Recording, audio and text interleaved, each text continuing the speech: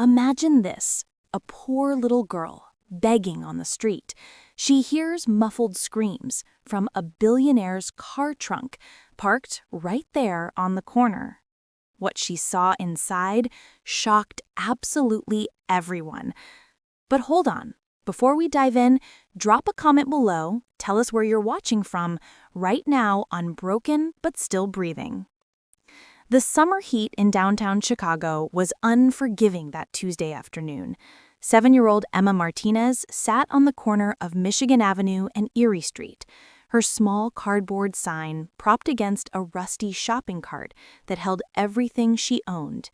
The sign read in shaky letters, "Hungry, anything helps, God bless." Emma had been on these streets for 3 months now, ever since her mother disappeared after losing their apartment. She learned quickly which corners were safe, which business owners would chase her away, and which strangers might drop $1 or $2 into her worn paper cup. But nothing could have prepared her for what was about to happen. "Please, ma'am, just a quarter?" she called out to a woman in a business suit who hurried past without looking. Emma sighed, her stomach growling. She hadn't eaten since yesterday morning when a kind elderly man gave her half his sandwich. That's when she heard it. A sound so faint she almost missed it beneath the traffic noise. A muffled crying. A child's voice, desperate and terrified. Emma's head snapped up. The sound was coming from somewhere close. She stood, her bare feet padding across the hot sidewalk as she followed the noise. There, parked at the corner, beneath a no parking sign, was a sleek black Mercedes with tinted windows. The crying was coming from inside, from the trunk. "Hello?" Emma called out, pressing her ear against the hot metal. "Is someone in there?" "Help me, please, I can't breathe." The voice was small, panicked. A little boy? Emma's heart raced. She looked around frantically. The street was busy, but everyone was absorbed in their phones, their conversations, their own worlds. She tried the trunk, locked. She ran to the driver's door, locked too. "Hold on, I'm getting help," Emma shouted. She ran into the street, waving her arms at passing cars. "Stop, please, there's a kid trapped." A taxi swerved around her, the driver yelling something she couldn't hear. A businessman grabbed her arm, pulling her back to the sidewalk. "What are you doing, kid? You'll get yourself killed." "There's a boy in that car's trunk. He's trapped." Emma pointed desperately at the Mercedes. The man's expression changed from annoyance to alarm.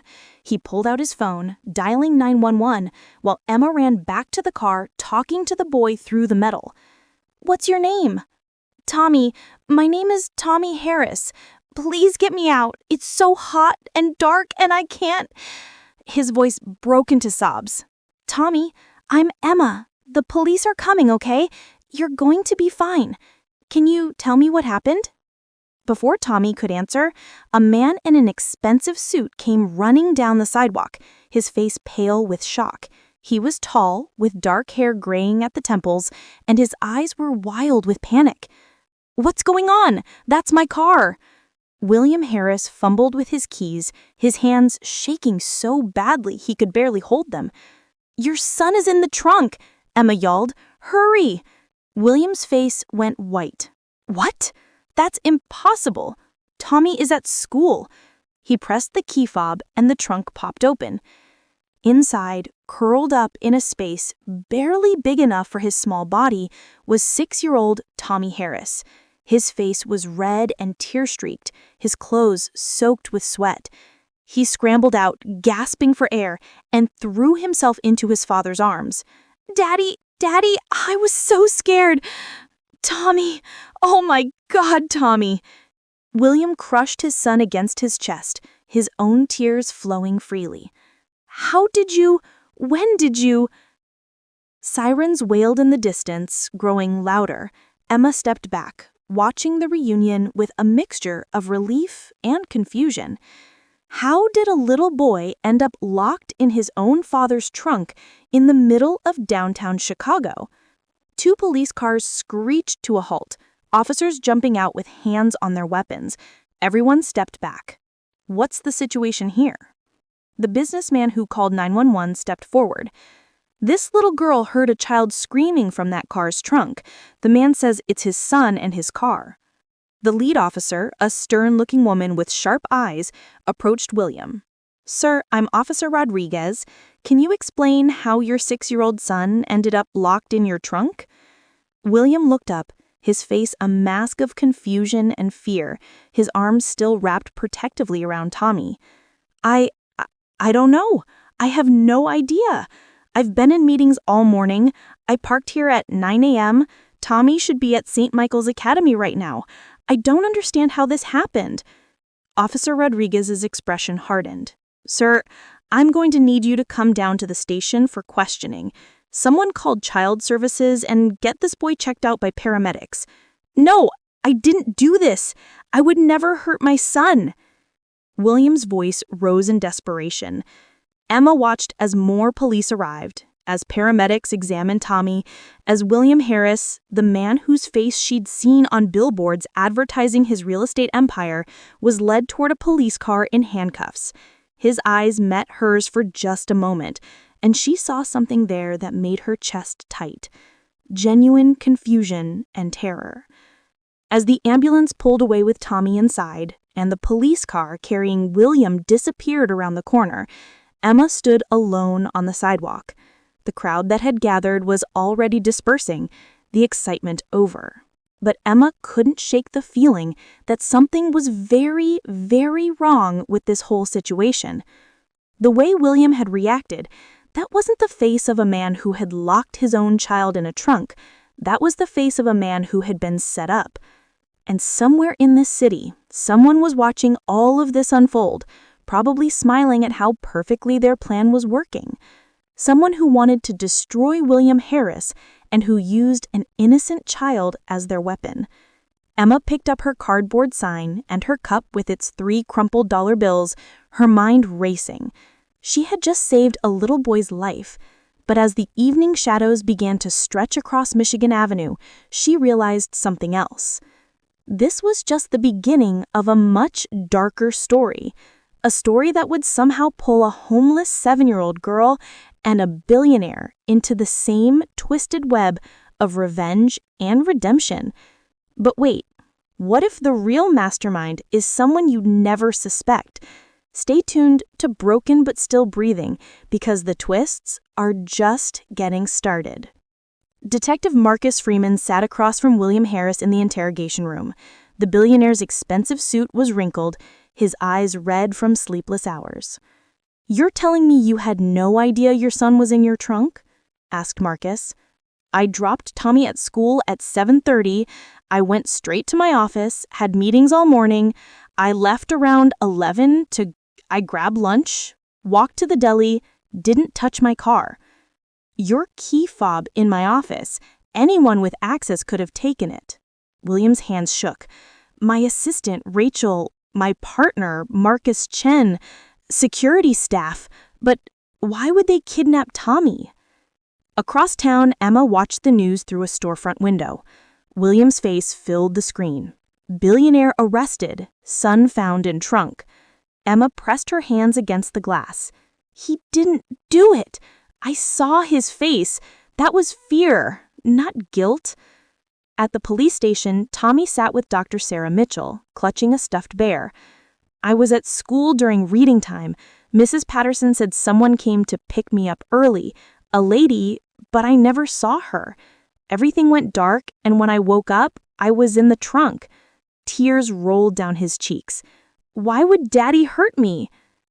Officer Rodriguez watched from behind the mirror, her instincts screaming that something was wrong. The mysterious woman needed to be found.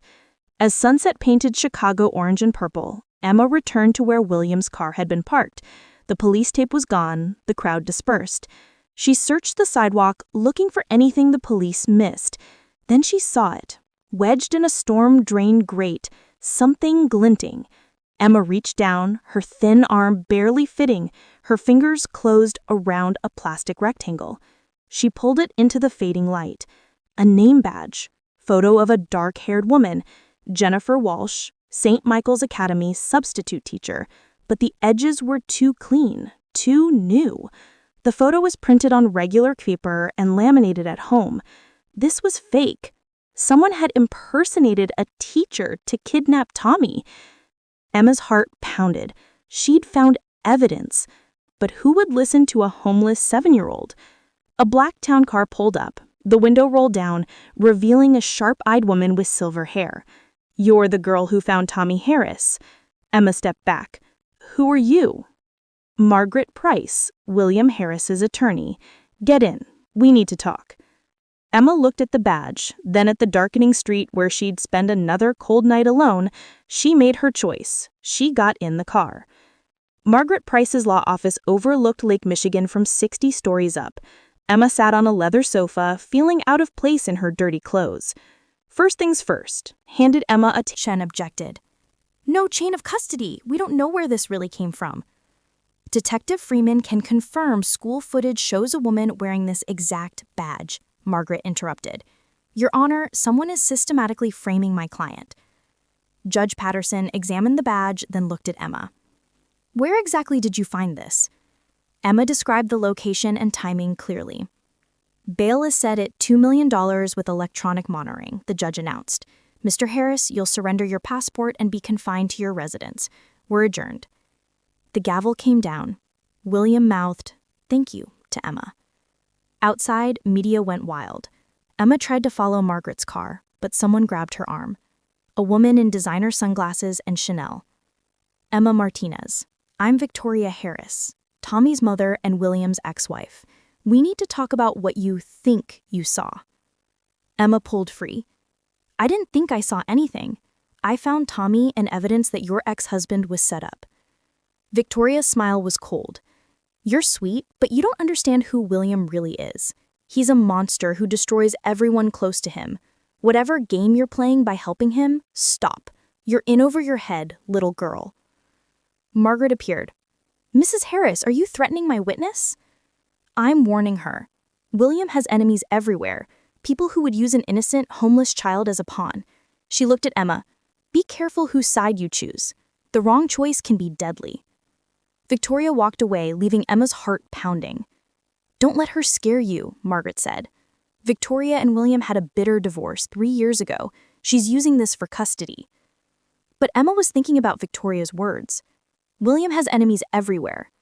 A billionaire real estate developer probably made many enemies climbing to the top. The question was which one hated him enough to kidnap a child. As Emma climbed into Margaret's car, she didn't notice the figure watching from across the street. A woman in a baseball cap, her jaw clenched with rage as William walked free. "Not for long," she whispered. "Not for long."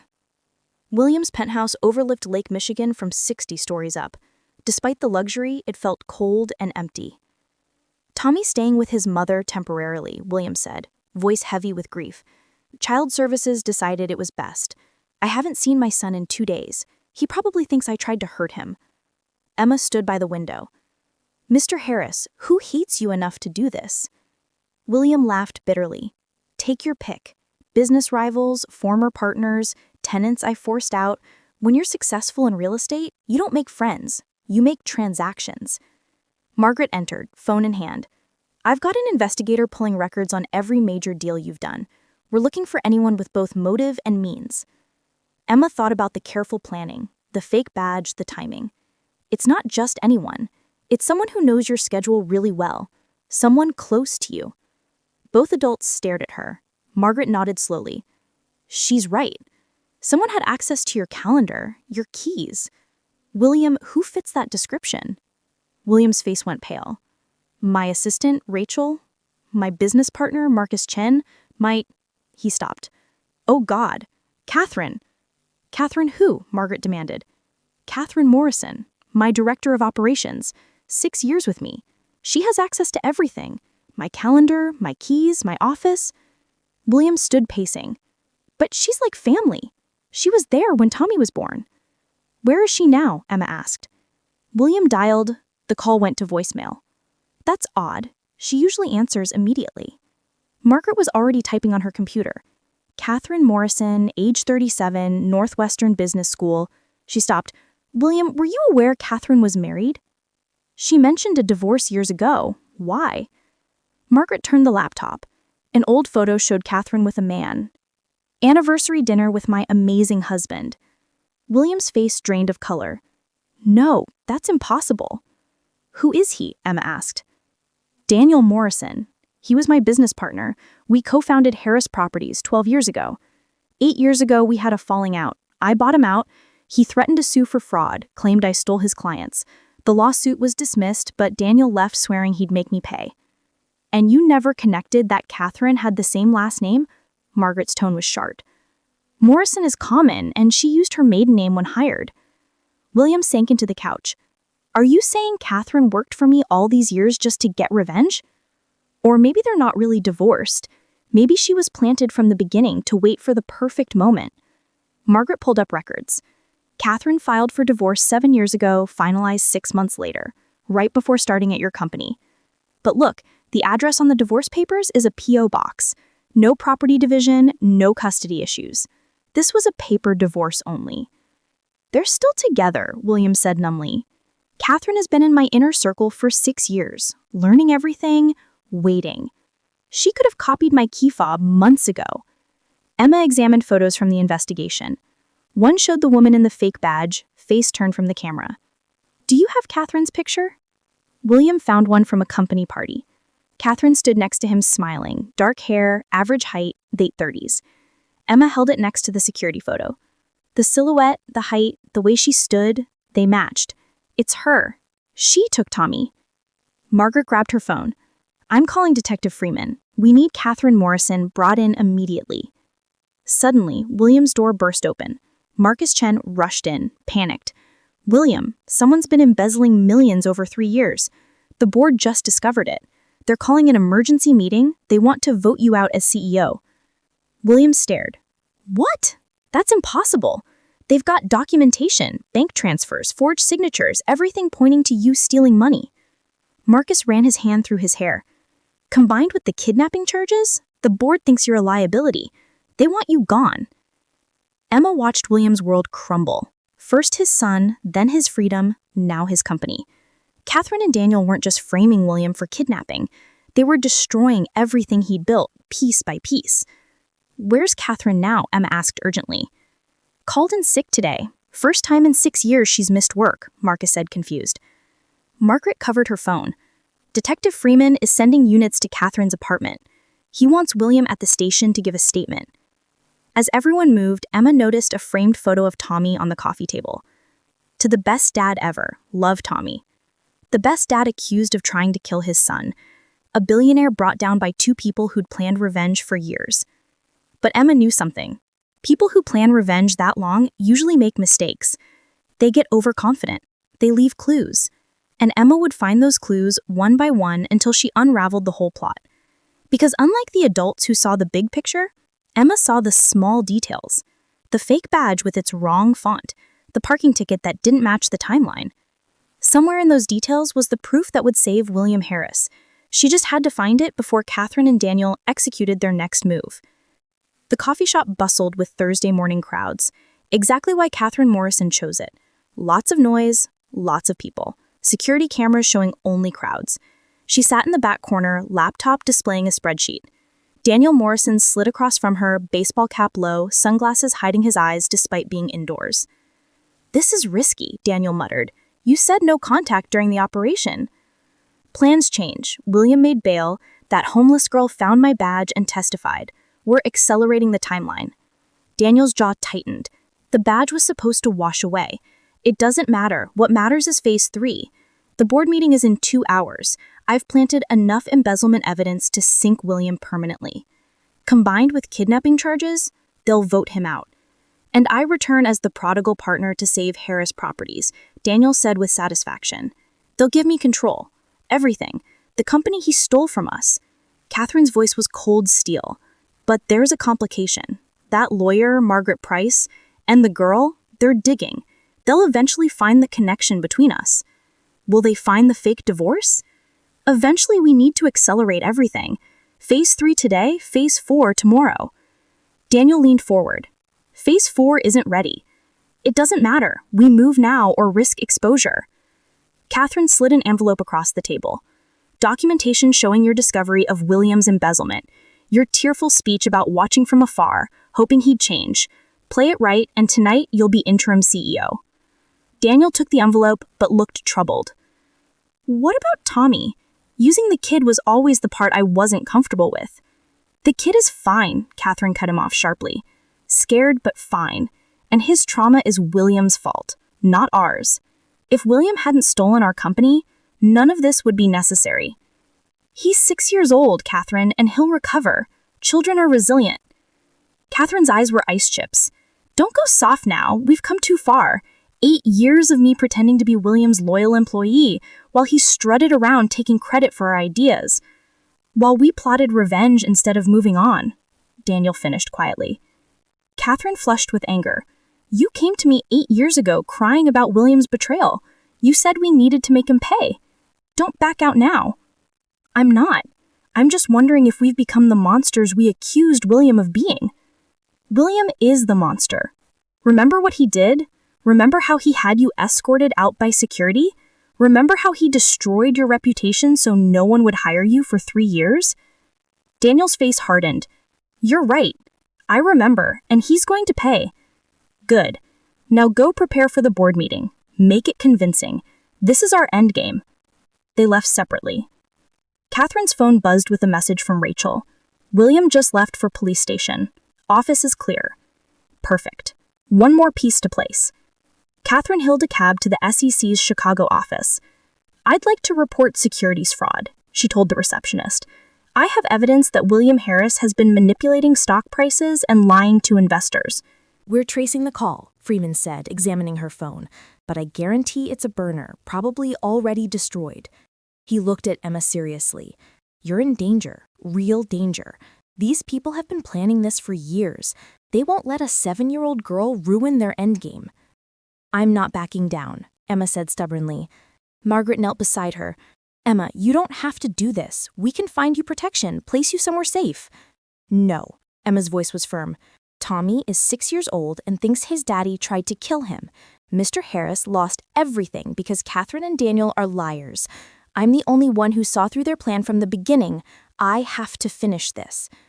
Freeman and Margaret exchanged glances. Finally, Freeman nodded. All right, but we're putting you in protective custody. 24-hour security. The next morning, Emma awoke to Margaret shaking her shoulder urgently. Turn on the news now. Emma grabbed the remote. The headline made her blood run cold. Anonymous source leaks Harris Properties financial records. Millions in suspicious transactions. Daniel Morrison appeared on screen looking devastated. I'm heartbroken to confirm these leaks are authentic. William Harris systematically stole from his own company, from our investors, from the pension funds of our employees. The FBI is now involved. No, Emma whispered. No, no, no. This is all fake. They're planting evidence. But the damage was done. By noon, federal agents had raided Williams' penthouse. By evening, additional charges were filed: wire fraud, securities fraud, money laundering. Williams' bail was revoked. He was sent to Cook County Jail to await trial. Emma watched it all unfold with growing horror. Catherine and Daniel weren't just destroying Williams' life. They were erasing it completely. Soon, no one would remember the successful businessman. They'd only remember the criminal. We need something, Emma said desperately to Margaret. We need proof that Catherine and Daniel are working together. I'm trying, Margaret said, but they've covered their tracks perfectly. The fake divorce looks legitimate. There's no evidence of contact between them, no shared accounts, no properties, nothing. Emma thought hard. What about before the divorce? They were married. They must have left a trail then. Margaret's eyes lit up. You're right. Let me pull their old joint tax returns, property records. She started typing furiously. An hour later, she had something. Look at this. 7 years ago, right before filing for divorce, Catherine and Daniel purchased a cabin in rural Wisconsin, joint ownership. But when they divorced, the property wasn't mentioned in the settlement. Because they didn't actually divide their assets. They kept everything joint and just hid it. If they still own this cabin together... Margaret grabbed her keys. We need to check it out tonight. I'm coming, Emma insisted. Absolutely not. It's too dangerous. But Emma had made her mind up, and Margaret saw the determination in those 7-year-old eyes, the same determination that had led Emma to investigate a mysterious crying sound when everyone else walked past. Sometimes, the smallest person in the room is the bravest. The drive to Wisconsin took 3 hours through dark, winding roads. Margaret drove while a private investigator named Jake sat in the passenger seat, and Emma was tucked in the back with explicit instructions to stay in the car no matter what. The cabin appeared around midnight, isolated, surrounded by thick woods, a single light glowing in the window. "Someone's here," Jake whispered, pulling out his camera with a telephoto lens. Through the window, they could see 2 figures, Catherine Morrison and Daniel Morrison, very much together, very much not divorced, sitting at a table covered with documents. Jake's camera clicked rapidly. Got it. Clear evidence they're still in contact, still working together. "We need to hear what they're saying," Emma whispered from the back seat. "Too risky," Marga said. "We have the photos. That's enough." But Emma had already slipped out of the car, moving silently through the woods. Years of surviving on the streets had taught her how to be invisible. "Emma!" Margaret hissed, but Emma was gone. Emma crept close to the cabin window, crouching beneath the sill. Catherine's voice drifted out clearly. "Phase 4 is ready. Tomorrow morning, Victoria will file for full custody of Tommy, claiming William's criminal behavior makes him unfit. The judge will grant it immediately, given the charges. William will lose his son permanently." "And then," Daniel said, tired, "and then we're done. William Harris will have nothing. No company, no freedom, no son. Everything he stole from us, taken away." Catherine's voice was triumphant. "Justice? Is it justice, Catherine, or revenge?" Daniel stood pacing. "Sometimes I look at what we've done, and I wonder if we're any better than him." "Don't you dare," Catherine snapped. "Don't you dare feel sorry for him now. Remember what he did? Remember how he humiliated you, destroyed your career? Remember how I had to infiltrate his company, pretend to respect him for 6 years, smile while he took credit for our ideas?" "I remember," Daniel said quietly. "But I also remember that 6-year-old boy's face when we took him from school. Catherine, we traumatized a child. A child who will recover, unlike the lives William destroyed." Catherine walked to Daniel, placing her hands on his shoulders. "Don't lose your nerve now, we're so close. One more day, and it's over." Emma had heard enough. She carefully backed away from the window and stepped on a branch. Crack! The sound echoed through the night. Catherine's head snapped toward the window. What was that? Emma ran. She heard the cabin door burst open, footsteps chasing through the woods. "Someone was listening," Catherine's voice rang out. "Find them." Emma sprinted toward the car, her small size letting her dart between trees. Margaret had the engine running. Jake was already opening the back door. Emma dove inside just as Catherine emerged from the woods. Their eyes met for a split second. The homeless girl and the woman who'd orchestrated everything. Then Margaret hit the gas, and they were gone, racing down the dark Wisconsin highway. "Did you get it?" Margaret asked breathlessly. Emma held up her phone, still recording every word. In the back seat, with evidence that could save William Harris finally in hand, Emma allowed herself a small smile. Catherine Morrison had made one crucial mistake. She underestimated a 7-year-old girl. But the game wasn't over yet. Phase 4 was set for tomorrow morning. They had less than 12 hours to stop Victoria Harris from taking Tommy away, and Catherine now knew they were onto her, which meant she'd be dangerous, desperate, and willing to do anything to finish what she had started. Detective Freeman listened to Emma's recording 3 times, his expression growing darker with each playback. It was 4 a.m. William sat in the Cook County Jail, unaware that evidence of his innocence was finally surfacing. "This is good," Freeman said carefully, "but it's not enough for criminal charges. They didn't explicitly confess to kidnapping Tommy. They talked around it. A good lawyer could argue they were discussing hypotheticals." "But they admitted they're still together," Margaret protested. "The fake divorce is a civil matter, not criminal. We can prove fraud, maybe, but that doesn't erase the embezzlement evidence or get the kidnapping charges dropped." Freeman rubbed his eyes. "What we need is one of them to flip, to testify against the other." Emma thought about Daniel's face at the board meeting, his regret, his question to Catherine. Is it justice or revenge? "Daniel," she said quietly, "he's having doubts. I saw it. He's not as committed to this as Catherine." Freeman leaned forward. "What are you thinking? What if we offer him a deal, immunity in exchange for testimony, against Catherine? He gets to walk away, but he has to tell the truth about everything." Margaret shook her head. "He'd never." "He might," Emma interrupted. "He's tired. Catherine is driving this revenge. Daniel just went along because 8 years ago he was hurt and angry, but people change in 8 years. Maybe he doesn't want to be this person anymore." Freeman considered it. It's risky. If he refuses and tells Catherine we approached him, they'll destroy any remaining evidence and disappear. "So we need leverage," Margaret said. "Something that makes cooperation his best option." Emma looked at the recording on her phone. "We have them admitting to Phase 4, taking Tommy permanently. What if we tell Daniel that we're going to play this recording in court during the custody hearing? Victoria will lose custody too for conspiring with them. Tommy will end up in foster care, unless Daniel does the right thing and tells the truth. Then Tommy can go back to William," Margaret finished. It was a gamble, but it was the only play they had. 6 hours later, Daniel Morrison sat in an interrogation room, staring at Freeman, Margaret, and Emma through the two-way mirror. He looked like he hadn't slept.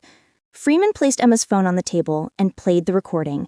Daniel's face went pale as he listened to his own voice questioning whether they were monsters, to Catherine dismissing his concerns. When it finished, he sat in silence.